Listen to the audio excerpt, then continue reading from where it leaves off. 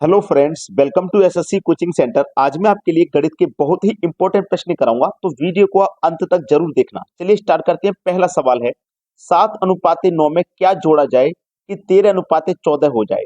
दो तरीकों से ये प्रश्न आप कर सकते हैं और मैं आपको दोनों ही तरीके सिखाऊंगा ताकि आपको एग्जाम में कोई भी तरीका याद हो, आप उस तरीके से बना देना। देखिए, सबसे पहली बात है कि आप अनुपात को बटे में लिख सकते हैं। जैसे 7:9 है तो आप इसे 7/9 लिख सकते हैं। अब मैं इसको कहूँ कि ये 7x है और ये मान लो 9x है, तो क्या इसके मान में कोई परिवर्तन आएगा? कोई परिवर्तन नहीं आएगा। बोला है इसमें क्या जोड़ा जाए, हमें नहीं पता क्या जोड़ना है तो हम y जोड़ लेते हैं। ठीक है, नहीं पता क्या जोड़ना है तो y जोड़ लेते हैं और जोड़ने के बाद अनुपात कितना हो जाए? 13:14। देखो, हमने इस अनुपात को भी बटे में लिखा है तो इस अनुपात को भी हम बटे में लिखेंगे, 13:14। अब क्या हो जाएगा? इनमें क्रॉस मल्टीप्लाई, 14 का गुना 7 से करो, 14 सत्ते 98 और x साथ में तो 98x हो गया। 14 का गुना y से करो तो 14y हो जाएगा, बराबर। अब 9 का गुना 13 में करो, ठीक है, 13 निम्मा 117, 117x हो जाएगा, प्लस 13 का गुना y में करो तो 13y हो जाएगा।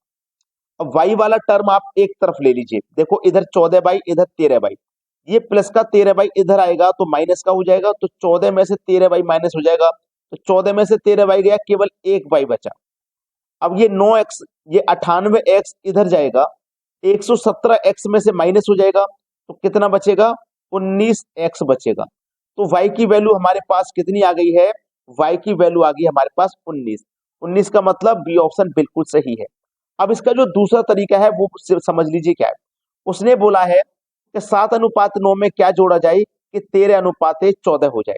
ठीक है, अब 7:9 में हम क्या जोड़ें? 7 और 9 में हम क्या जोड़ें कि अनुपात इतना हो जाए? अगर मैं 10 जोड़ूंगा, मान लीजिए, तो 7 में 10 जोड़ूंगा ये 17 हो जाएगा और 9 में 10 जोड़ूंगा तो ये 19 हो जाएगा। तो ये किसी से नहीं कटेंगे। कटेंगे क्या? नहीं कटेंगे, पहला ऑप्शन नहीं होगा। अगर हम 19 जोड़ते हैं, अगर मैं 7 में 19 जोड़ूं तो ये 26 हो जाएगा और 9 में 19 जोड़ूं तो ये 28 हो जाएगा। अब देखो, ये कर सकते हैं। 2 से कटेगा 13 बार में और 2 से कटेगा 14 बार में, तो 13:14 हो गया कि नहीं हो गया? सवाल खत्म। तो आप डायरेक्टली ऑप्शन से भी कर सकते हो और ये तरीका से भी कर सकते हो। अब देखेंगे अगला प्रश्न। अगला प्रश्न है, यदि दो संख्याओं का अनुपात 2:3 है और उनका गुणनफल 9600 है तो उनका योग ज्ञात करें। देखो, दो संख्याओं का हमारे पास अनुपात है और वो अनुपात है 2:3। अगर मैं से कहूं कि ये 2x मान लो, इसको 3x मान लो, तो क्या इसके मान में कोई परिवर्तन आएगा? कोई परिवर्तन नहीं आएगा। ठीक है, इनका गुणनफल दिया गया है 9600। कितना? 9600 गुणनफल है। जब आपके पास गुणनफल है तो आप अनुपात का भी गुणा करोगे, तो 2 तिया 6 और x का गुना x से तो एक्स स्क्वायर, यानी कि 6x² की वैल्यू 9600 है। तो एक्स स्क्वायर 9600, ये 6 कहाँ जाएगा? इसके बटे में आ जाएगा 6। 6 से इसमें भाग दे दो तो ये 16 बार में कट जाएगा और 2 जीरो, यानी कि 1600 बार में कट गया। तो एक्स स्क्वायर बराबर इधर क्या है? 1600 है। अब x बराबर 1600, ये स्क्वायर यहां से हटके कहां जाएगा? इसके ऊपर स्क्वायर रूट का साइन लग जाएगा। अब 1600 का स्क्वायर रूट कितना होता है? आप जानते हैं 1600 का स्क्वायर रूट होता है 40। मतलब x की वैल्यू कितनी हो गई भैया? 40। x का मान कितना हो गया? 40। अभी हमें केवल x का मान पता है, हमसे पूछा उन संख्याओं का योग क्या है। देखो, x का मान 40 है, 40 का मल्टीप्लाई 2 से करूंगा तो 80 हो जाएगा, 40 का गुना 3 से करूंगा तो 120 हो जाएगा। अब इनका योग बताना है तो जोड़ दीजिए, योग बताना है जोड़ दीजिए, 200 हो जाएगा। 200 हो गया, सवाल खत्म। बी ऑप्शन बिल्कुल सही है। अब देखेंगे अगला प्रश्न। अगला प्रश्न है, तीन संख्याएं 3, 4, 5 के अनुपात में है, उनका HCF 7 है, तो संख्याएं ज्ञात करें। देखो, तीन संख्याएं, पहली संख्या, दूसरी संख्या और ये तीसरी संख्या 3, 4, 5 के अनुपात में है। इनका HCF दिया गया है 7। जब HCF दिया जाएगा तो आप अनुपात का भी HCF करोगे तो अनुपात का HCF 1 आ जाएगा। तो इस HCF में अनुपात के HCF से आप भाग देंगे तो 7 बार में भाग जाएगा, मतलब 7 आ गया। ठीक है, अब आपको तीनों संख्या निकालनी है तो इससे आप संख्याओं के अनुपात में मल्टीप्लाई कर दो। 7 तिया 21, 7 चौकू 28, 7 पंजे 35। ठीक है, तो वो संख्याएं क्या क्या है? 21, 28, 35 हैं। यही है आपके सवाल का बिल्कुल सही जवाब। अब देखते हैं अगला प्रश्न। अगला सवाल है, ए की आय बी से 20% अधिक है, दोनों मिलकर 12,100 रुपए कमाते हैं, तो दोनों की आय के बीच अंतर क्या होगा? दो व्यक्ति हैं ए और बी, ठीक है, दो व्यक्ति हैं।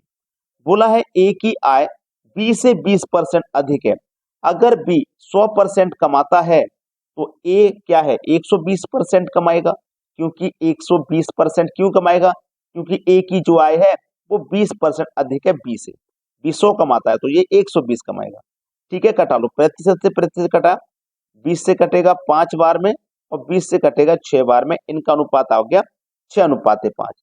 हमारे पास कुल योग क्या है दोनों का मिलाकर के 12,100। इस योग में इन अनुपात के योग से आप डिवाइड करोगे। अब प्रश्न में दिया क्या है वो आपको हमेशा ध्यान रखना है, अगर प्रश्न के अकॉर्डिंग चलोगे तो सवाल सही होगा। 20% अधिक, दोनों मिलकर 12,100 रुपए कमाते हैं, तो दोनों की आय के बीच अंतर क्या होगा? उसने अंतर पूछा दोनों की आय का, तो आपको क्या करना है, ए कमा रहा है 6 रुपया, बी कमा रहा 5 रुपया, दोनों का अंतर कर दो यहीं पे 1 रुपया। ठीक है, दोनों का अंतर आपने कर दिया 1 रुपया। तो एक अनुपात की वैल्यू दोस्तों कितनी है देखना, यहाँ पे एक अनुपात की वैल्यू जब 6 और 5 दोनों का योग करोगे, क्योंकि दोनों ने मिलकर के कमाई है ना 1200, दोनों ने मिलकर के कमाया, तो इन दोनों को मिला दोगे यहाँ पे तो कितना हो जाएगा 11। ठीक है, अब 11 से इसको कटा तो 11 11 12 में 121 कटेगा और 2 जीरो 1100। तो हमारे पास जो एक अनुपात की वैल्यू है वो है 1100। एक अनुपात की वैल्यू कितनी है 1100, तो ये एक अनुपात क्या है, इनका अंतर ही तो है, तो इनका जो अंतर है दोनों के आय के बीच का वो 1100 रुपए है। बी ऑप्शन बिल्कुल सही हो गया। अब देखते हैं अगला प्रश्न। अगला प्रश्न है, महिला तथा पुरुष की संख्या का अनुपात 2:3 है। देखो, प्रश्न को सही करने के लिए आपको एक बात हमेशा याद रखनी पड़ेगी, अगर महिला पहले गया है तो पहले महिला लिखें यानी कि वुमेन, बाद में पुरुष दिया गया बाद में पुरुष लिखें यानी कि मैन। इनका अनुपात है 2:3। ठीक है, अब बोला गया है यदि महिला 10% तक और पुरुष 30% बढ़ा दिए जाए। देखो, महिला अनुपात में कितनी है 2, ठीक है, अनुपात में 2 है, और जो भी होंगी महिला अपने आप में 100% होंगी, 100% में 10% बढ़ा देंगे तो 110% हो जाएंगे अनुपात। पुरुष कितनी है अनुपात में 3। अब पुरुष क्या है 30% बढ़ा रहे हैं, पहले से कितने होंगे 100%, 30% बढ़ा देंगे तो 130% हो जाएंगे। ठीक है, तो प्रतिशत से यहाँ प्रतिशत कट जाएगा और एक जीरो से ये वाला एक जीरो कट जाएगा। 11 का गुना 2 से कर दो 22 और 13 का गुना 3 से कर दो तो 39, तो 22:39। इनका नया अनुपात कितना हो जाएगा 22:39 हो जाएगा इनका नया अनुपात। यही है आपके सवाल का बिल्कुल सही जवाब। अब देखेंगे अगला प्रश्न। अगला प्रश्न है, राम, श्याम और मोनू के हिस्से का अनुपात 1/2, 1/4, 1/6 है।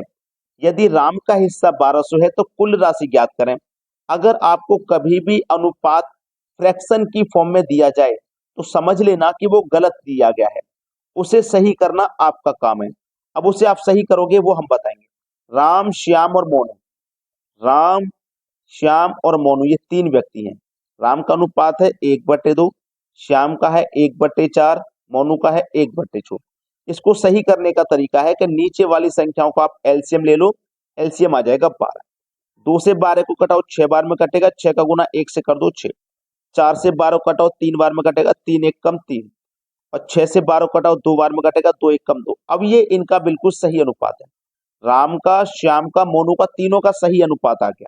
ठीक है, अब हमसे बोला है कि राम का जो हिस्सा है वो 1200 है। देखो, राम का हिस्सा अनुपात में कितना है 6, और यहाँ रुपए में कितना है 1200, तो 6 अनुपात की वैल्यू 1200, तो 1 अनुपात की वैल्यू कितनी हो जाएगी 200।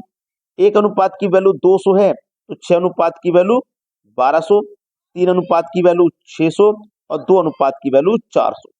सभी का क्या पूछा आपसे, कुल राशि ज्ञात करें यानी कि योग पूछा है। तो 1200, 600, 1800, 400, 2200, कुल राशि हो जाएगी आपकी सभी मिलाकर के 2200।